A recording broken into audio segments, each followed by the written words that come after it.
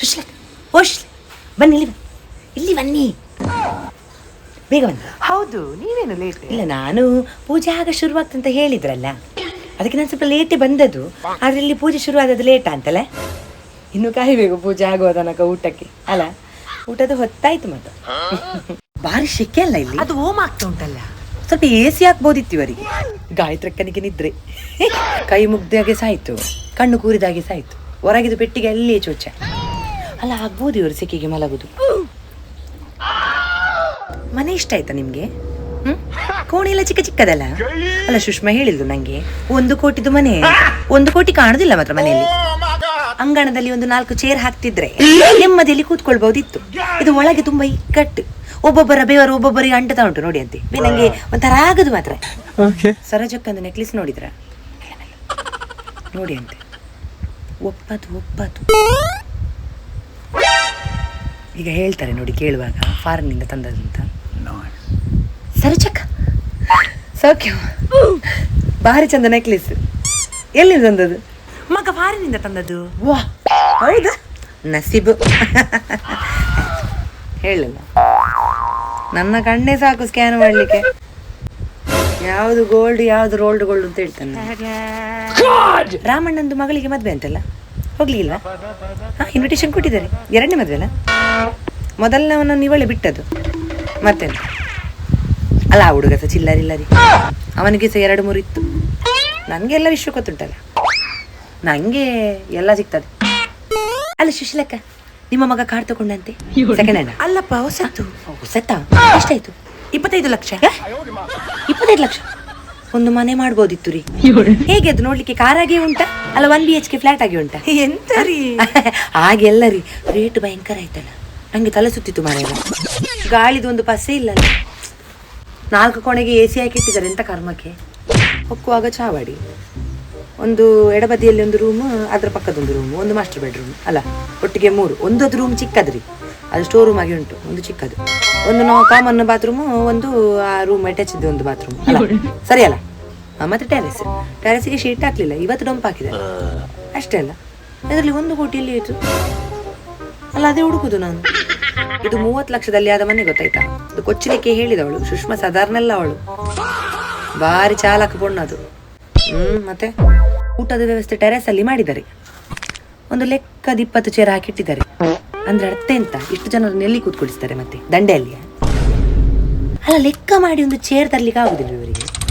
ಮತ್ತೆ ಅಂದ್ರೆ ಫಸ್ಟ್ ಬಂದವರು ಕೂತ್ಕೊಳ್ಳಿ, ಮಿಕ್ಕಿದವರು ದಂಡೆ ಮೇಲೆ ಕೂತ್ಕೊಳ್ಳಿ ಅಂತ. ಕ್ಯಾಟ್ರಸ್ ಜನಾರ್ದನಂದಲ್ಲ, ಕಟ್ಟು ಪೀಸ ಅವನು. ಆದ್ರೆ ಪದಾರ್ಥ ಎಂತ ಇಲ್ಲ ರೀ, ಚಪ್ಪೆ ಚಾರ್. ಮಂಗಳಾರತಿ ಹೇಳುವ. ಪೂಜೆ ಮುಗ್ದ ತಕ್ಷಣ ರಪ್ಪ ಟೆರೆಸ್ಗೆ ಓಡ್ಬೇಕು. ಫಸ್ಟಿನ ಪಂತೆಯಲ್ಲಿ ಕೂತ್ಕೊಂಡು ಊಟ ಮಾಡ್ಬೇಕು, ಆಗ ಎಲ್ಲ ಪದಾರ್ಥ ಸಿಗ್ತದೆ. ಇಲ್ಲದ್ರೆ ಮತ್ತೆ ಖಾಲಿ ಆಗ್ತದೆ. ಪ್ಲಾಸ್ಟಿಕ್ ತೊಡೆ ತಂದಿದ್ದೇನೆ ಇಲ್ಲ. ಓ ದೇವಾ, ನೋಡ್ಲಿಕ್ಕೆ ಮರ್ತೋಯ್ತಲ್ಲ. ಇರ್ಬೋದು, ಇಲ್ಲದಿದ್ರೆ ಟುವಾಲಲ್ಲಿ ಕಟ್ಟಿಕೊಂಡು ಹೋಗ್ತೇನೆ ಹೋಳಿಗೆ. ಎಂತುಂಟು ಈ ಹೆಣ್ಣು ಮಕ್ಕಳು ಪೂಜೆಗೆ ಬರೋ ಚಂದ ನೋಡಿ ಅಂತೆ, ಮೈ ತೋರಿಸಿಕೊಂಡು ಬರುದು ಅಲ್ಲ. ಸ್ಲೀವ್ಲೆಸ್ ಹಾಕಿಕೊಂಡು ಯಾರಾದ್ರೂ ಪೂಜೆಗೆ ಬರ್ತಾರ ಅಲ್ಲ? ಹಿಡ್ಸುದಲ್ಲ ನಂಗೆ ಗಲೀಜು.